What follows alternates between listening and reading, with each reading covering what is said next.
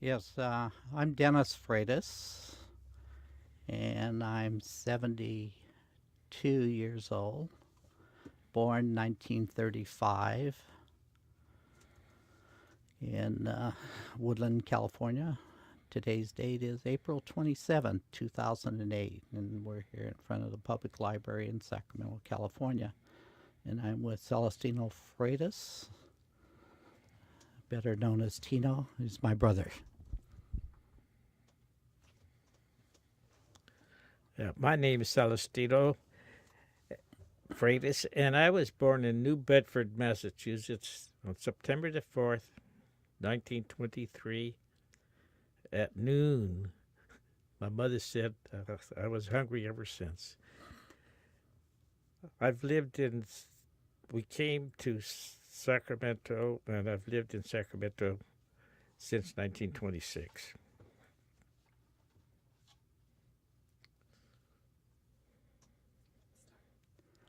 Yeah, Tina, always wondering about some things in the early days in New Bedford. That's where Pi and my met, and supposedly they met in a boarding house in New Bedford that Joanna was our grandmother ran at the time when she immigrated from Madeira Island, came to New Bedford and established a house where she rented out rooms. And Pi, supposedly, when he came from Madeira, found out about the boarding house and moved there. Do you remember anything about those days? You were born, you were awful young then, in those days before they moved out to Bright. Do you remember anything about Cecilia and Inez in those days? They were born before you. I don't remember anything, but I remember some of the stories, but I was only 3 when I left New Bedford. So I don't have any recollections of life there. Other than that, they had worked in the mills and Oh, I know what they did there. yeah. Well, Papa, he met Mother in the mills, and he was staying in the same boarding house run by my grandmother.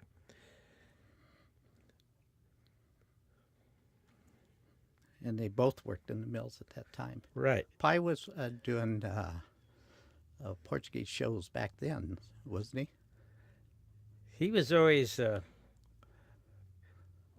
gadabout. He was into with a theater group, and he put on shows, and he was a kind of a comedian, and he also partied a lot, and they were busy,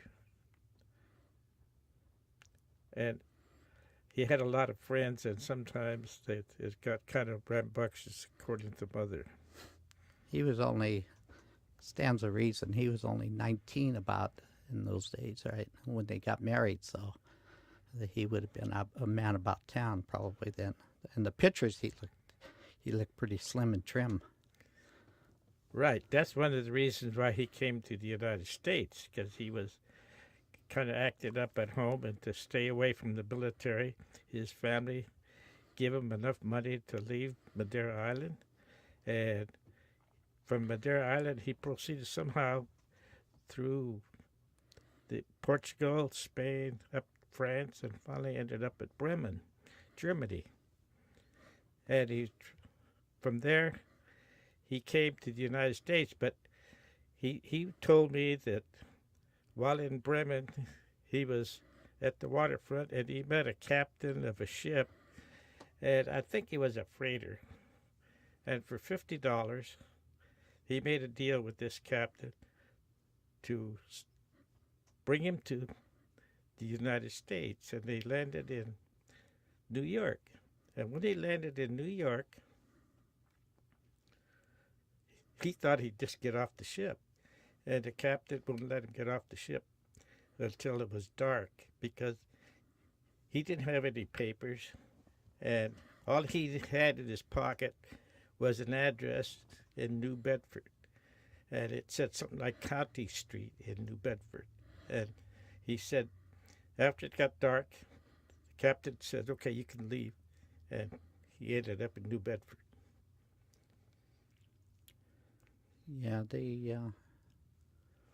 it's kind of natural that being a young girl at the boarding house, being the oldest daughter, and then they got together and later were married. Uh, you were born there, so you lived there, what, 3 years? Yeah, 3 years while you were there. And then at that time, who was there was Angelina was there. Wasn't she living there? Right.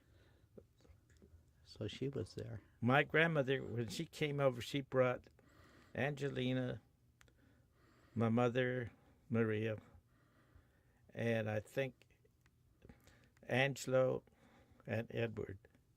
And that's the being that she was widowed, so she left Madeira Island and came to New Bedford and started a boarding house. They had a large house, and that's how Papa Yes. and Mother got together. It's funny when you just said that she brought Edward and Angelo with her, because I'd always heard that she just brought Angelina and my mother. I know Tony was left behind because he was just a little baby at the time, and I guess she couldn't handle taking a baby across the sea. But Edward and Angelo came with them also, huh? Right. Oh, I didn't know. So they all came out on the train out to California then, all of you, or they came later? No, I don't know what. The only ones that came out on the train when we came out is Papa left New Bedford first, and he came to California, and shortly thereafter, after they got their all the things they had to do, they shipped all the furniture and everything on the train, and Mother, Inez, myself, and Valentino were the ones that came out on the train. And I kind of vaguely remember a little bit of the train, but I couldn't explain actually the hardship or how it was for have 3 little kids and be pregnant Not and riding on a train. Not speaking English. And not speaking English. And anyhow, she made it. And it was 1926, and so she was 26 years old then. Yeah, she was born 1900. 1900. And then as far as you could remember, the Joanna and Edward and Angelo had already come out to the West Coast. They already had left New Bedford. I remember when we got to Sacramento area, Tia Angelina was here already. Oh, she was too. That's interesting. And so she had come out even earlier. Does that mean that she was already married? Yes. She had gotten married back there to Beatas. John Beata. Yeah, they pronounce that name Beta now.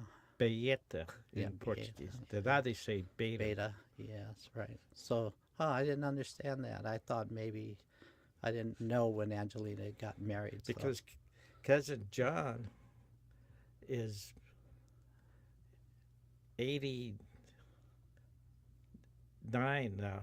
Oh, is he? So he's about 4 years older than I. Oh.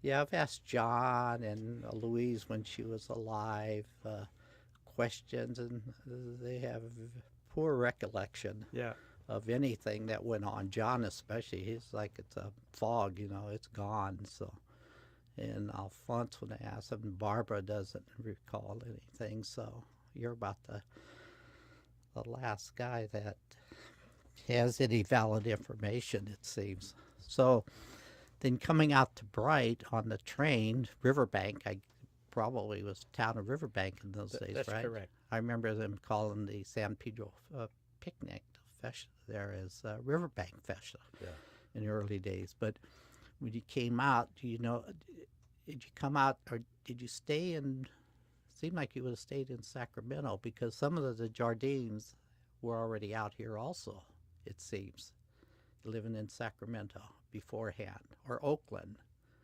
So would you have come directly to Bright?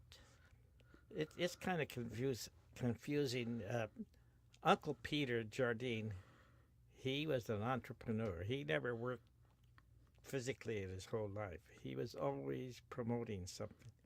And when Papa and Mother came out, he was building small houses. He built 4-room houses, but they did have electricity, but no running water, no bathrooms. And Papa and Mother bought 2 lots in Bright, which was Riverbank, Bright, and they moved into there. And next door was Grandma had come out. She had married Mr. Ramus, and they were neighbors next door. And that's how they got to Bright, because our grandmother was there, and my uncles, Peter Jardine and January Jardine, were in Sacramento. He had, somewhere I got the idea that one guy did tile work out in Perkins. And that's where Tony got started in tile business. That's correct. I forget what his name was. That wasn't Januario, is it? No. Somebody also had the Southside Market down by Southside Park. That's him. January. And then somebody was in San Francisco, one of the Jardines. That's the one that had the tile factory in Perkins. Oh, he sold out. When apparently. He sold out, he went moved to San Francisco. I know. I remember going there and spending a couple of nights maybe at his place in San Francisco. And I couldn't tell you more than that, but it was that somehow we went to San Francisco because Pi had a pass on the train, and we went to the ferry, and before the bridge, I guess, was done. Maybe not. I remember going to the ferry terminal in Oakland. So, and I remember T-Pid being a builder. He had a couple of houses in West Sacramento, and that's about it. I remember him used to coming out to Bright because Pi was the secretary for the APMEC, the lodge, and he would never send in money. In those days, you made a visit, and you had to pay your annual fees, and he always had a nice big car, and he'd park over there by Cody's, Yeah. And his wife would never get out of the car. She was always dressed up like coming out of church and finery, and she would never leave the car, even though it was hot. She didn't want, I guess we were too rural in country, that she couldn't go out into the country with her nice clothes and stuff. But the one thing he did, every time he came, he would give us a dime, a shiny new dime. I remember they'd shake your hand, right? Shake your hand and then leave you with a dime. That's where, I think that's where Albino got his thing. Albino will always do that to the young kids. It always feels that he's got to give them some money. Nowadays, his money comes out of his wallet. It's like $5 or $10 or something, But I remember T-Pid would always do that, shake your hand and leave you with something in your hand. But I guess he's trying to pass on his money. We never got any money from him when he died, though, so I'm not sure where his fortunes went after that. Did he have any children? They never had any children at all. He was always into business on him. He was an entrepreneur, He had rental houses. During the World War II, he had a butcher shop, and he was into real estate. And where would have all his money gone? Who would have inherited his wife? Probably had no family here. His wife's family didn't associate with our side at all. No. So. Most of it is all the Jardines, with very, very little recollection of the Jardines in Sacramento. But our family was Papa never was into business. He was always during the Depression years. Well, he worked at odd jobs. He worked at the railroad, and we had a big family. There was 9 in our family total, and so times were tough, and we always got along. And I remember a lot of times where in Bright there they would everybody had a large garden, and we would always have plenty of food. I remember that, and they raised chickens, they raised pigs, we had goats. We never bought any milk. We had goats though. Yeah, I remember that. We would always have milk. We Yeah. always had chicken eggs. Always had vegetables. Yeah, it was See, always. I never knew we were poor. I don't think we were poor. We didn't have anything, so we couldn't be poor. But Papa was kind of he wasn't a good businessman, but he enjoyed life, and he'd make wine, and that was quite a thing. To see them get ready to make wine, they would spend weeks working on their wine barrels, cleaning them up, getting them ready. We used to go up to around Plymouth and Jackson, and he'd want grapes that came from the scrawny, dried up hills up there. And we'd bring them home, and they'd crush them and press them, have a good wine festival. They used to be at I don't know his father's name. Charlie Augustina's father had the wine press. Remember in the back, in the shed in back. That's correct. And that was before the. I remember that was even before the had the crusher. And Albino's stories used to be about going to school with purple legs. That's correct. It would take about 3 weeks to get rid of that purple on your legs. Because you had to crush them by stomping. We'd stomp it. And then later on, we still have the press, and that was used for crushing grapes in that Augustina's place. In fact, Yeah. now it's being, of course, it's on display at Carvalho Winery in Clarksburg. That's where we have it on display there. So, Well, one thing about times then is the seasons meant a lot. During the fall season, you made wine. Then later on, you killed a pig. And then Christmas came along, and it was happy times. Christmas was because it killed a pig. We had fresh meat for a while, and then Christmas came along, and Christmas, it wasn't like one day. It was 2 or 3 weeks. I remember until January the 10th, or that we celebrated. And today things are a lot different. You don't see that anymore. not a lot more commercial No. times. Yeah, I remember you'd always have the time where around Christmas, and somehow you'd start out with the music, and then you'd go from house to house. Was that then or St. Anthony's Day? I get confused as to which is which, but it seemed to all happen around the same time. Is where you'd have the singing going on and visiting houses, and we'd go as kids. That was during the Christmas, from Christmas until January the 10th. And they used to go around, and at those days, you'd walk right down the middle of the street. Oh, yeah. and every house would be prepared for the group. And you'd go in the front door, muddy feet, and go in the can, and they always had wine for the people singing, and a few little snacks. Not much, but and that was the bit around trip. We had some houses where you didn't go in.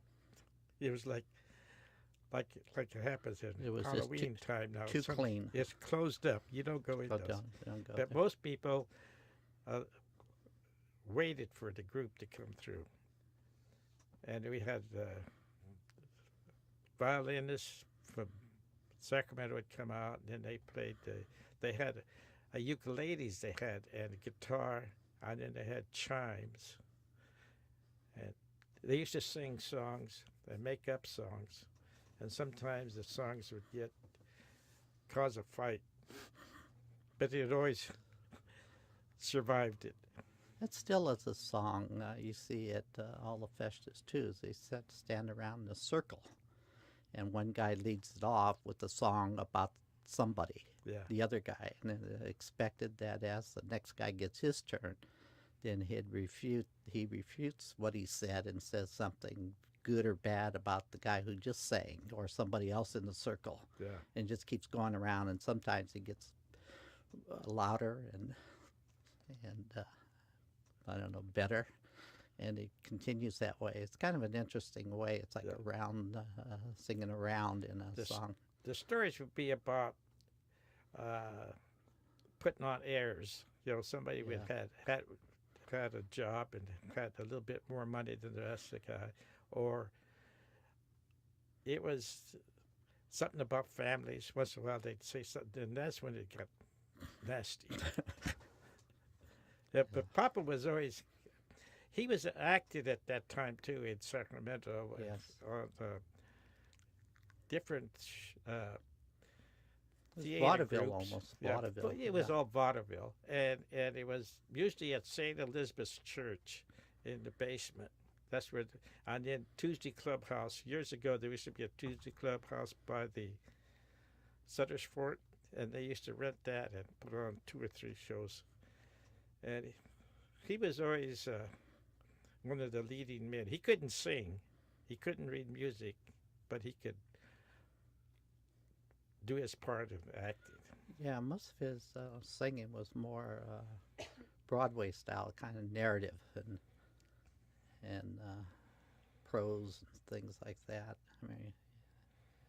I mean, for some reason, I remember at least one of the shows. I remember the one he did, and now some of this might have been just recollection from stories people told me, but in my mind, I could see him up there. The picture we have, he's doing the one where he comes out on a diaper and it says Diashapita, Yeah, yeah, and he'd always have a Coke bottle and a big soda bottle full of wine, yeah.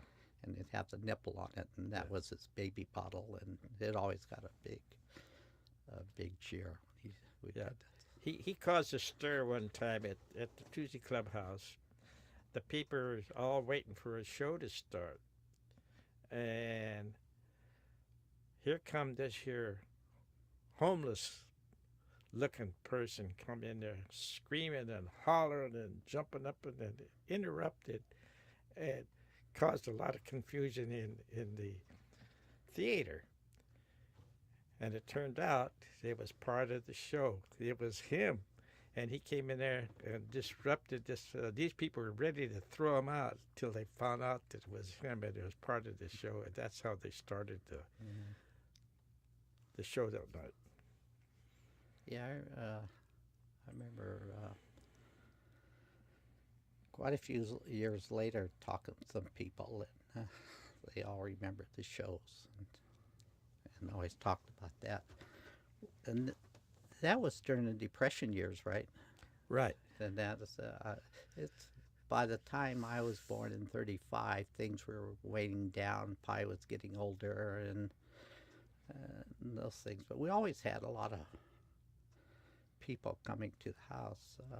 Pi had a little bit more education,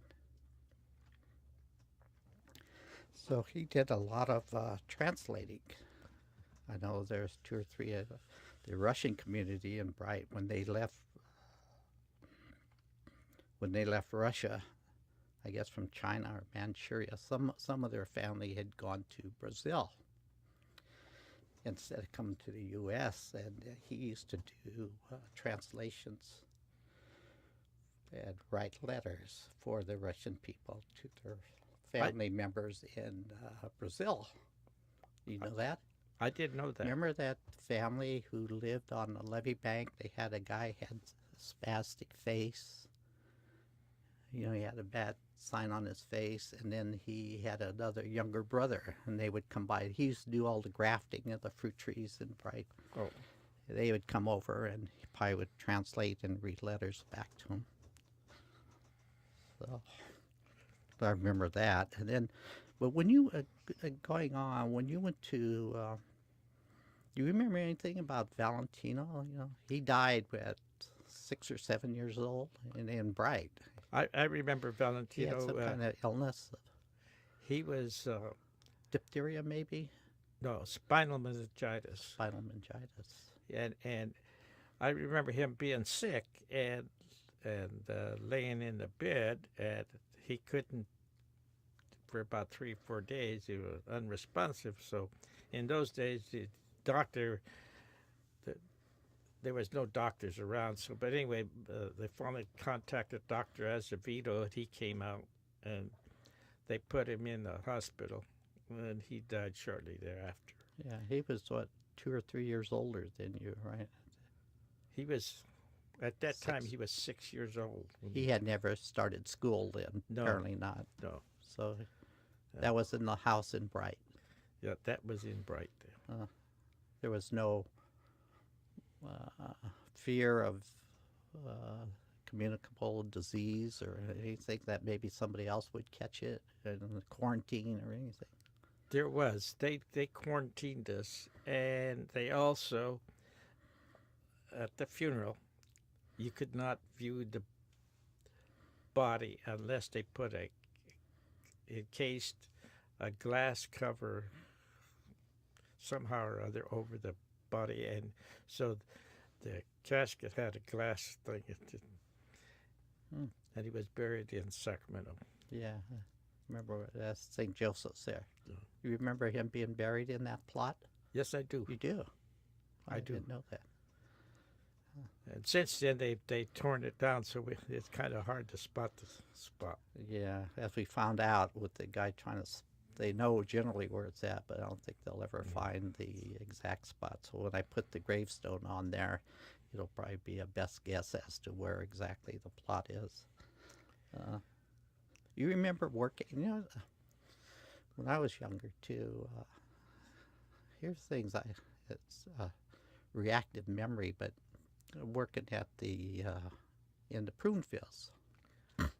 I remember You that. remember that? Yes, We worked with a family. Used to always go with a family out of Sacramento. Remember, there was what was their names? Their last name was Pinto. No, was Pinto was somebody else. Uh, Vegas. Remember Viegas. Vegas family? Mr. Pinto was the labor contractor.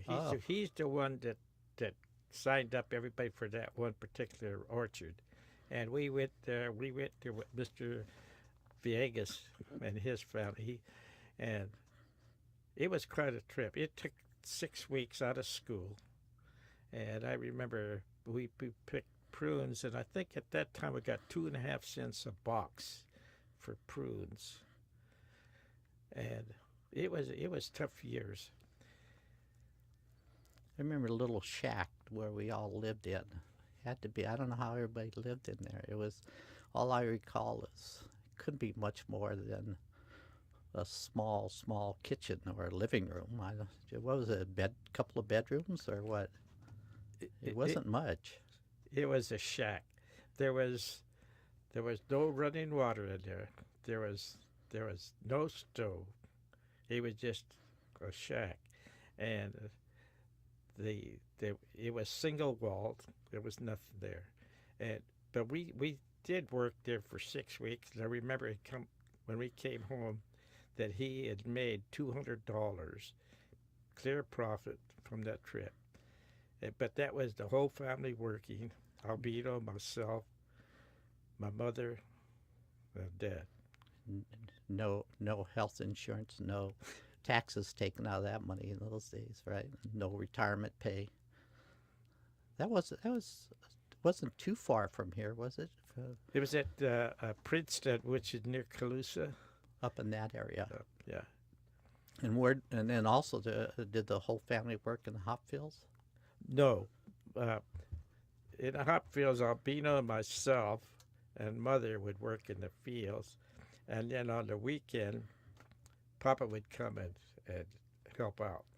Where he must have been working where at the He was bean working factory? at the railroad. Oh, railroad then. He was a molder at the railroad. But before that, he had worked in the bean and granary, didn't he? Oh, he worked West at Sacramento?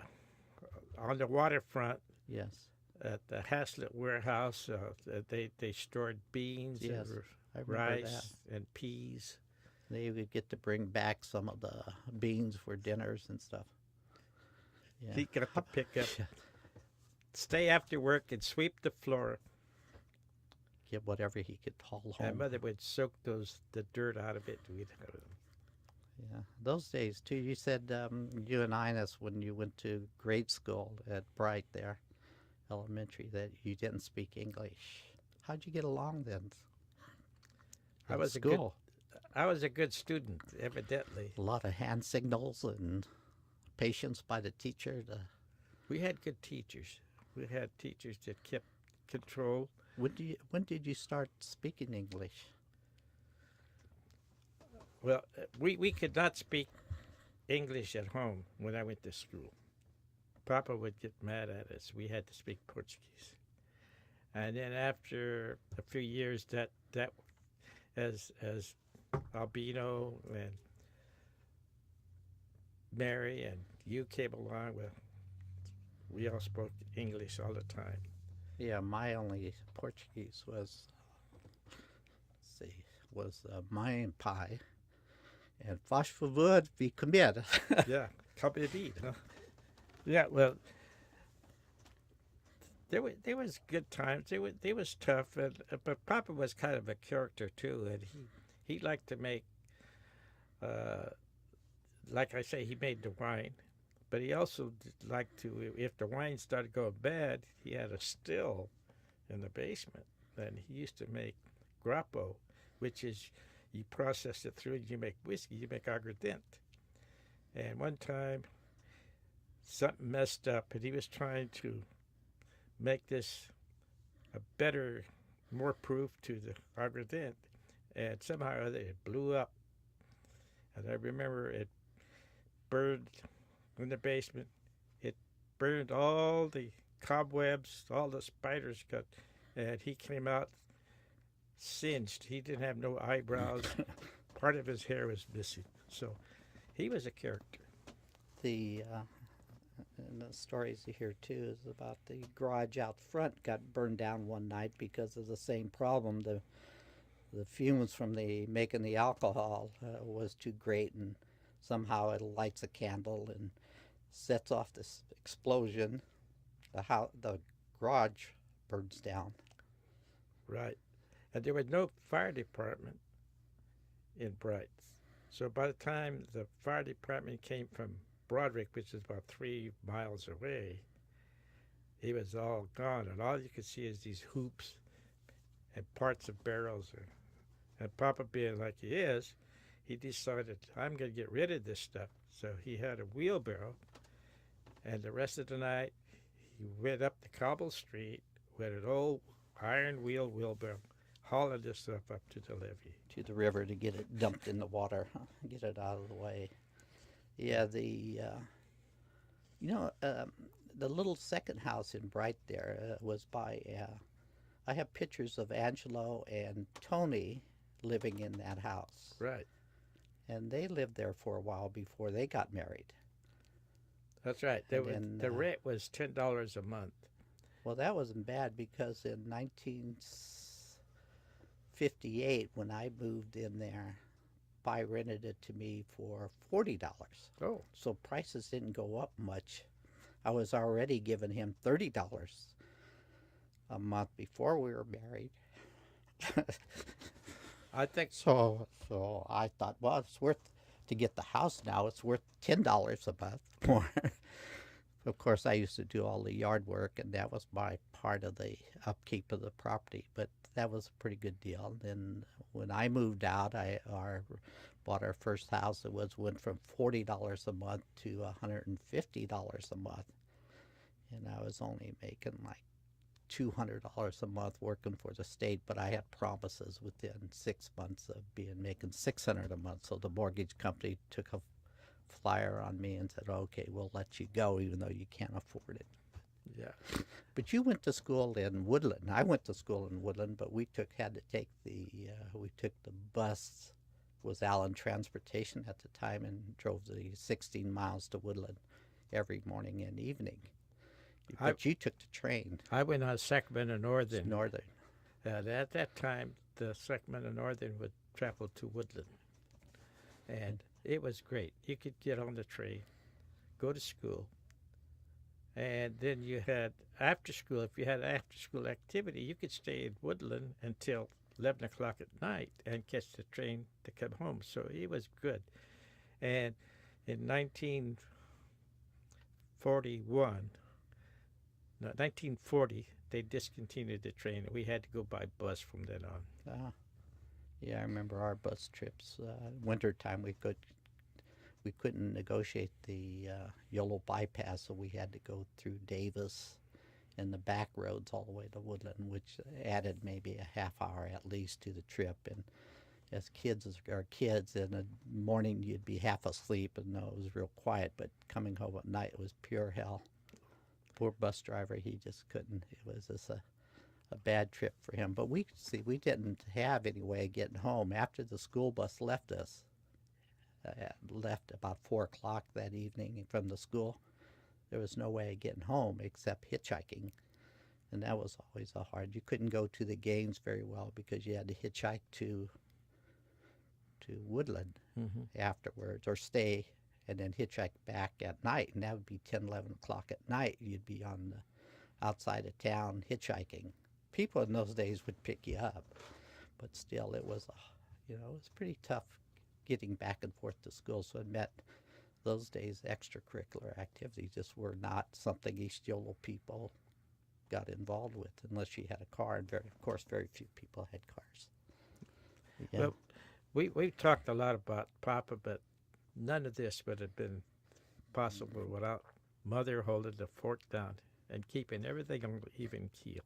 She kept him more or less straight and kept us going. Yeah, for sure. And she had a tough life. She died when she was only 44, and he died when he was almost 85. So they had a good life. He worked hard.